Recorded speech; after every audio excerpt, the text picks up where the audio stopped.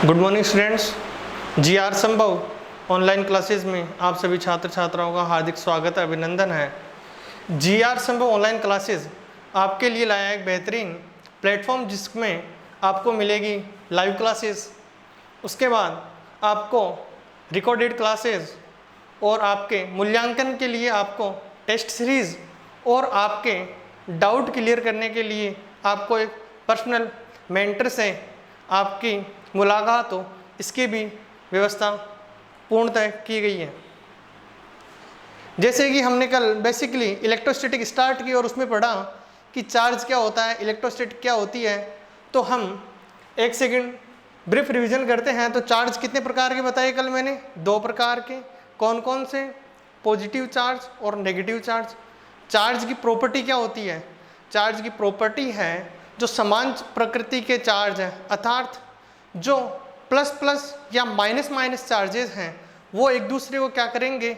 विकर्षित करेंगे। विकर्षित मतलब दूर दूर जाएंगे। जैसे ये चार्ज है कोई, जैसे कि कोई ये चार्ज है प्लस क्यू चार्ज और ये भी कोई चार्ज है प्लस क्यू, तो ये क्या करेंगे?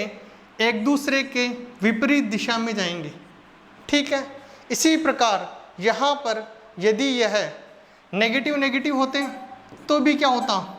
ये एक दूसरे से दूर जाते, अर्थात जो भी समान प्रकृति के चार्ज हैं, अर्थात या तो प्लस प्लस या माइनस माइनस, वो क्या करेंगे? दूर जाएंगे।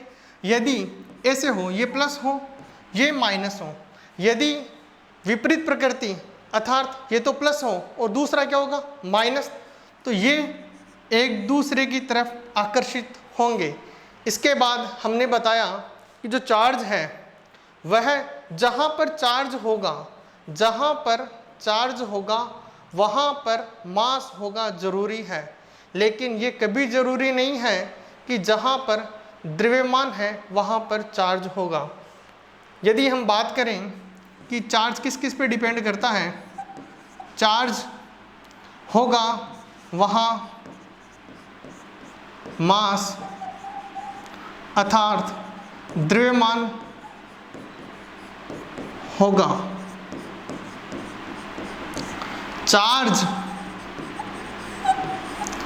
इसके वेग पर निर्भर नहीं करेगा। चार्ज वेग अर्थात वेलोसिटी पर निर्भर नहीं करता। हमने चार्ज के बारे में बातें की। आज हम आपका अगला टॉपिक जो कि कूलॉम्ब्स लॉ है उसके बारे में पढ़ेंगे। हमने पढ़ा कल क्वांटाइजेशन क्या होता है। हम क्वांटाइजेशन के बारे में हमने पढ़ा Q = N ही। आपने कभी सुना है क्या 1.5 कूलॉम्ब चार्ज, 2.5 कूलॉम्ब चार्ज, 3.25, 4.25? कभी नहीं होता। चार्ज हमेशा होगा 1, 2, 5, 10, 15, 20 एंड सो ऑन। यहाँ पर n क्या है? एक पूर्णांक है। n क्या है? इंटीजर है। तो यदि आपको मैं एक छोटा सा क्वेश्चन पूछूं कि सबसे छोटी चार्ज की क्वांटिटी क्या होगी, तो आप क्या कहोगे? Q = E। Q = E या प्लस में हो सकती है या माइनस में हो सकती है। आगे आज हम पढ़ते हैं कूलॉम्ब्स लॉ। कूलॉम्ब्स लॉ में देखो हमने बताया 2 चार्ज होंगे। सबसे पहले यहाँ पर हम थोड़ी सी बल के बारे में बात कर लें, फोर्स। क्या आपने कभी किसी बॉल को ऊपर फेंका तो वह हमेशा कहाँ आएगी? नीचे ही आएगी। नीचे से कोई धरती माता ने हाथ तो निकाला नहीं है, नहीं निकाला, तो ऐसा कोई बल होगा जिसके कारण जो बॉल या कोई भी चीज़ हमने ऊपर फेंकी वो क्या आएगी? नीचे की तरफ आएगी। यहाँ पर आपको ना कोई चीज़ दिखी ना कुछ हुआ, लेकिन एक बल था जिसकी वजह से यह बॉल ऊपर से नीचे की तरफ आई। उसी प्रकार जिस प्रकार एक गुरुत्वाकर्षण बल है, क्या? जिस प्रकार गुरुत्वाकर्षण बल है उसी प्रकार इलेक्ट्रोस्टैटिक फोर्स है। जिस प्रकार आपका ये ग्रेविटेशन फोर्स है, जिस प्रकार आपका ये गुरुत्वाकर्षण बल है, उसी प्रकार सिमिलर आपका स्थिर विद्युतीय बल है। यह किस प्रकार के बल है? तो यह है नॉन कॉन्टैक्ट फोर्सेस। कौन से? नॉन कॉन्टैक्ट फोर्स, जिसमें ज़रूरी नहीं हो कि जिन दो पिंडों के बीच में या जिन दो बॉडीज़ के बीच में ये फोर्स लग रहा है वो एक दूसरे के संपर्क में आए, ये कभी ज़रूरी नहीं है। क्या किसी भी चीज़ को हमने ऊपर फेंका, वह नीचे आई, तो नीचे से तो कोई बल लगा है, कोई चीज़ थोड़ी थी जिसके डायरेक्ट कांटेक्ट में आई, लेकिन एक बल था, एक आभासी बल था जो हमें दिखाई नहीं दिया, लेकिन एक बल था जो कि पृथ्वी की वजह से लगा और ऊपर जाने वाली, ऊपर फेंकी गई चीज़ को नीचे की तरफ खींचता है। उसी प्रकार यह कोई क्यू चार्ज है और ये भी मान लो कोई क्यू चार्ज है। हमने दो चार्ज लिए, कौन कौन से? एक Q1 चार्ज मान लीजिए और ये Q2 चार्ज।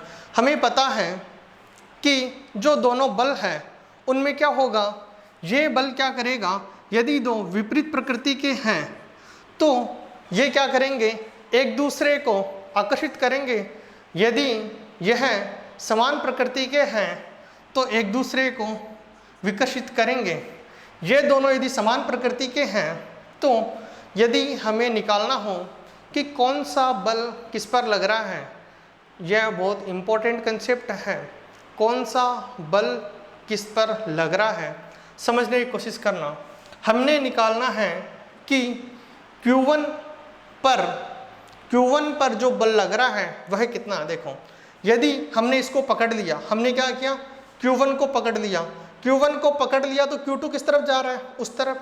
Q1 को पकड़ लिया, Q2 किस तरफ जा रहा है, इस तरफ। मतलब F on 2, F on 2 due to 1, F on 2 due to 1। वापस ध्यान देना, जिस पे निकालना है उनमें से हमें एक को पकड़ लेना है। क्या करना, हमने Q1 को पकड़ लिया, हमने जैसे ही Q1 को पकड़ा तो और इसको छोड़ दिया तो ये क्या करेगा, उस तरफ जाएगा। क्या होगा, ये उस तरफ जाएगा। मतलब Q1 की वजह से इस पर बल लगा, जिसकी वजह से यह उस तरफ गया। इधर देखना, इस पर क्या होगा, यदि हमें इस पर निकालना है तो हमने क्या किया, Q2 को पकड़ लिया। क्या किया, Q2 को पकड़ लिया। जैसे ही Q2 को पकड़ा, ये Q1 किस तरफ गया, इस तरफ। मतलब F on 1 due to 2, F on 1 मतलब याद रखने की चीज़ है F1 2 मतलब फोर्स ऑन 1 ड्यू टू 2। एक पर बल दूसरे की वजह से, एक पर बल दूसरे की वजह से। F on 1 due to 2, F on 2 due to 1। हमेशा बहुत इंपॉर्टेंट चीज़ है, ध्यान रखनी है। F12, F12 का मतलब है फोर्स ऑन 1 ड्यू टू 2, एक पर बल दूसरे की वजह से। F21, F21 का मतलब क्या है, दूसरे पर बल पहले की वजह से। दो फोर्सेस, दो बॉडीज होगी, यदि हमें उन पर बल निकालना तो हम क्या करेंगे, एक को पकड़ लेंगे। जैसे कि ये दो है, ये दो पिंड है, इन पर बल निकालना है। इस पर यदि हमने पकड़ लिया तो ये क्या करेगा, उस तरफ जाएगा, उस तरफ जाएगा। मतलब इस पर इसकी वजह से बल लगा है उस तरफ, इस पर इसकी वजह से बल लगा है इस तरफ। यदि मैं इसको Q1 और इसको मान लूँ Q2, यदि ये है दोनों अपोजिट स्थिति के हो या अपोजिट नेचर के हो, मतलब ये प्लस हो या माइनस हो, तो ये क्या करेगा, इन पे बल लगेंगे इस तरफ, इस पर बल लगेगा इस तरफ। मतलब F on 1 due to 2 equal to F on 2 due to 1। हमेशा ध्यान रखना, जो F12 है वह बराबर होगा F21 के परिमाण में। यह ध्यान रखने की चीज़ है कि जो F12 है वह क्या होगा, F21 के बराबर होगा। आपने कक्षा 11वीं में पढ़ा था बल या गति का तृतीय नियम, एक्शन रिएक्शन पेयर, क्रिया प्रतिक्रिया बल हमेशा बराबर होंगे, क्रिया प्रतिक्रिया बल हमेशा बराबर होंगे और उनकी दिशा एक दूसरे के विपरीत होगी। ध्यान रखने की चीज़ है, जो इलेक्ट्रोस्टैटिक फोर्सेस हैं, जो इलेक्ट्रोस्टैटिक फोर्स हैं, हम उसमें पढ़ रहे हैं कूलॉम्स लॉ। जो कूलॉम्स लॉ में जो इलेक्ट्रोस्टैटिक फोर्स होगा वह क्या होगा, एक्शन रिएक्शन पेयर होगा। क्या यदि हम इस स्टेटमेंट को इतना ही रखें कि इलेक्ट्रोस्टैटिक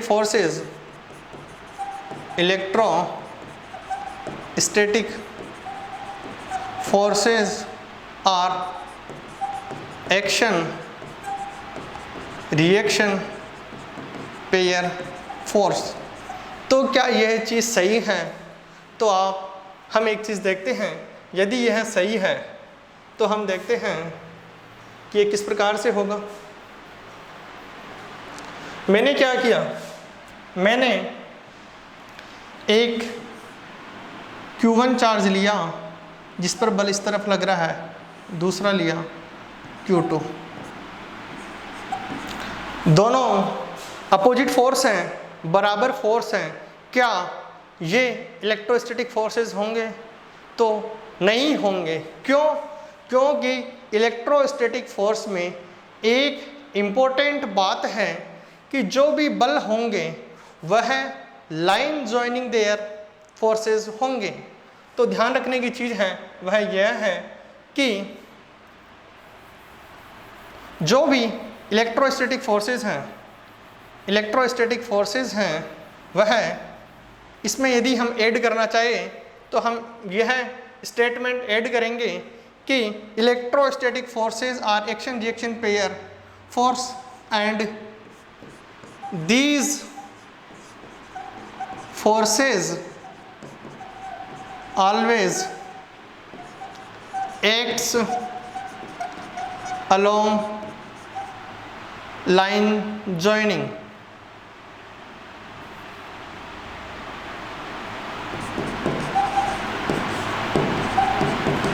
इंपॉर्टेंट चीज़ है, ध्यान रखना, जो भी इलेक्ट्रोस्टैटिक फोर्सेस हैं, एक्शन रिएक्शन पेयर हैं, बराबर हैं, लेकिन लाइन जॉइनिंग देयर फोर्सेस होगा।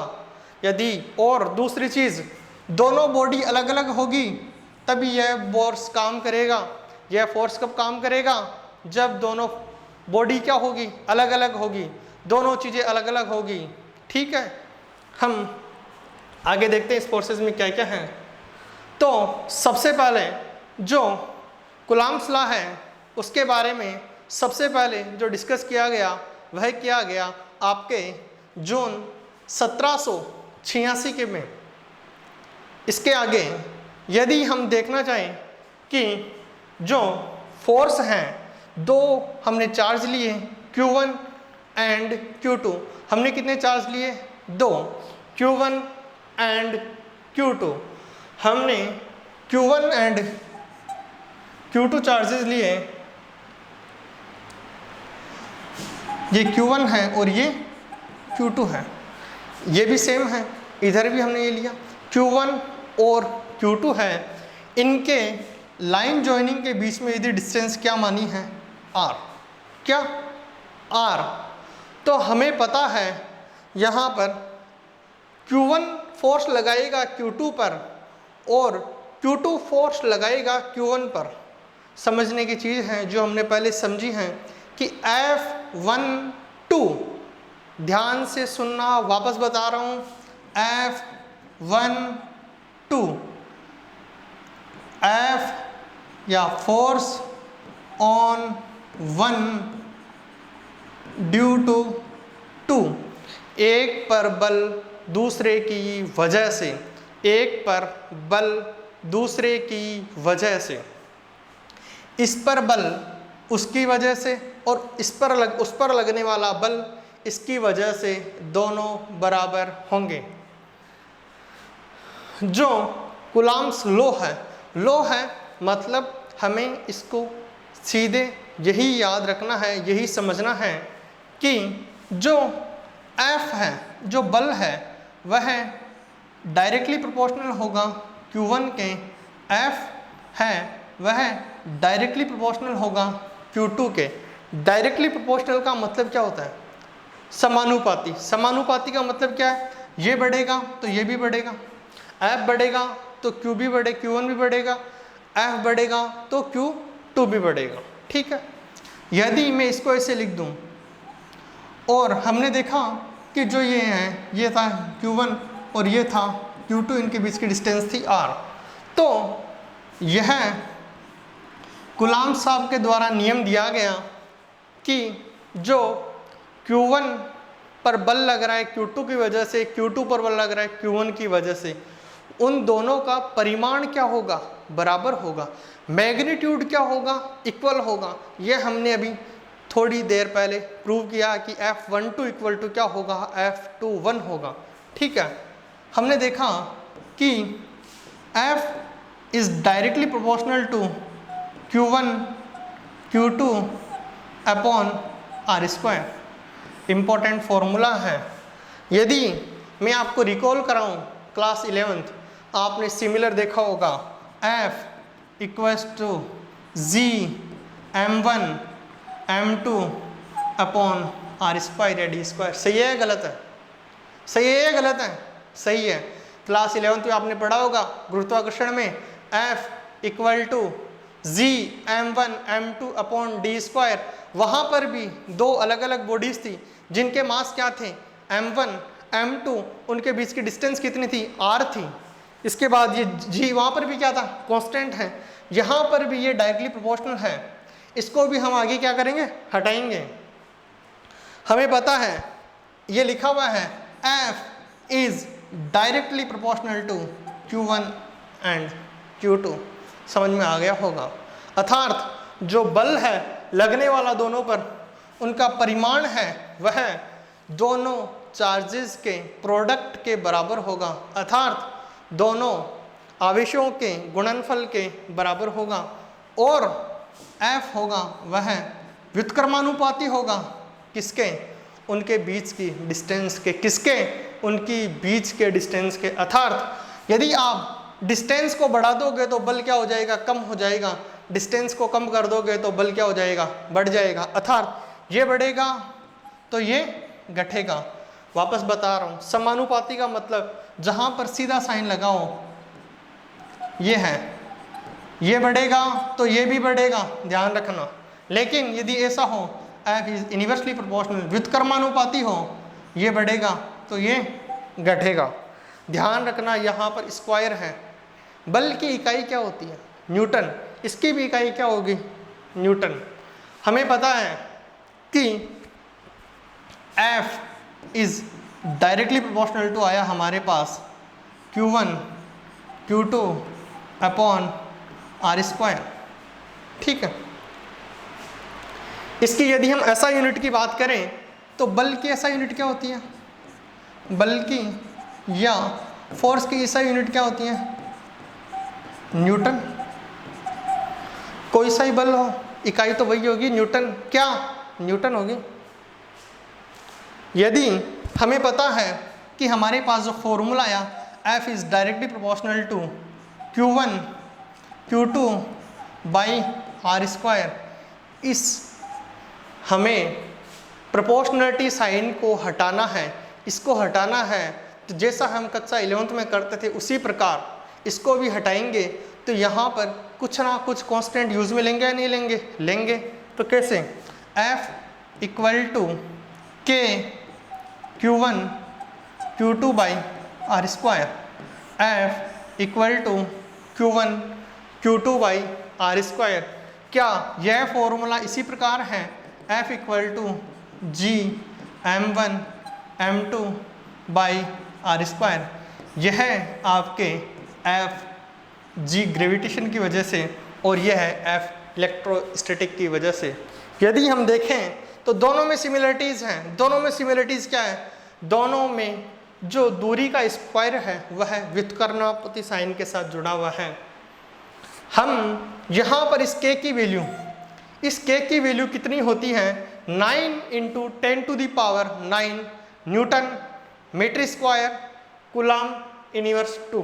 कैसे निकाली? या रटनी नहीं है, इसको रटना नहीं है तो कैसे निकाले सर?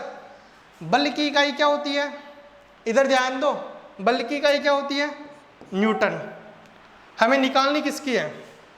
देखो, हमें रटना बिल्कुल नहीं है, चीज़ों को समझते चलो, हर चीज़ें एक दूसरे से लिंक हैं, ठीक है।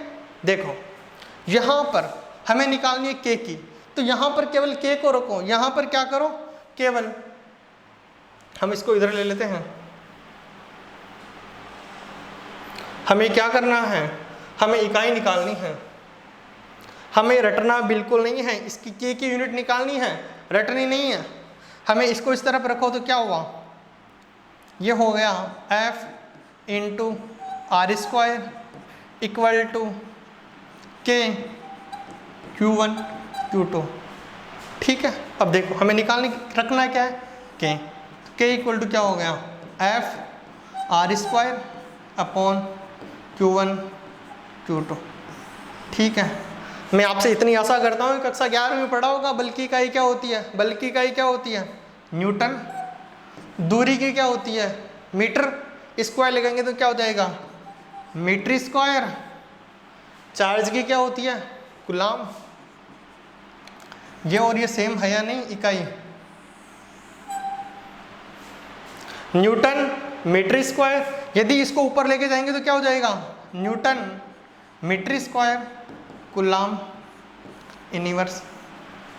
रटनी चीज़ें बिल्कुल ही नहीं है, हमें बेसिक से पढ़ना है और अच्छे लेवल तक पढ़ेंगे। तो ध्यान दो, k की इकाई क्या हो गई? Newton metre square coulomb inverse 2। ये आपको याद रखनी है कि k की जो क्वांटिटी है, मैग्नीट्यूड है, वो कितना है? 9 × 10⁹, ठीक है। यहाँ पर हमने देखा जो k था क्या था? एक क्या था? k क्या था? एक कांस्टेंट था। क्या था? कांस्टेंट था। तो k = क्या होगा?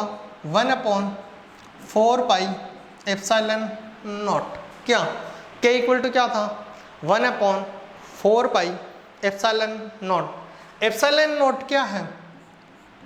परमिएबिलिटी एट फ्री स्पेस, परावैद्युतांक, ठीक है। Permeability at free space. देखो इसकी इकाई क्या होगी?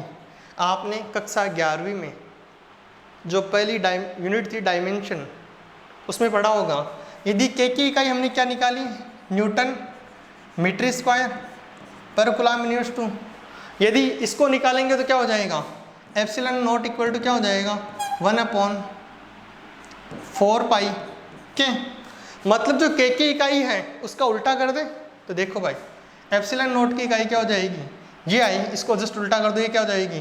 Coulomb square upon newton metre square, अर्थात ε0 = कूलम स्क्वायर न्यूटन इनवर्स।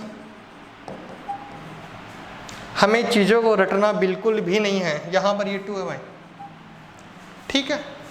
वापस हमें पता है कि जो एक बार हम छोटा सा ब्रीफ रिवीजन कर लेते हैं कि हमने आज तक क्या पढ़ा है।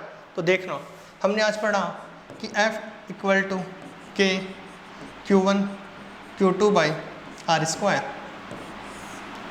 आज हमने ये फॉर्मूला डेराइव किया है।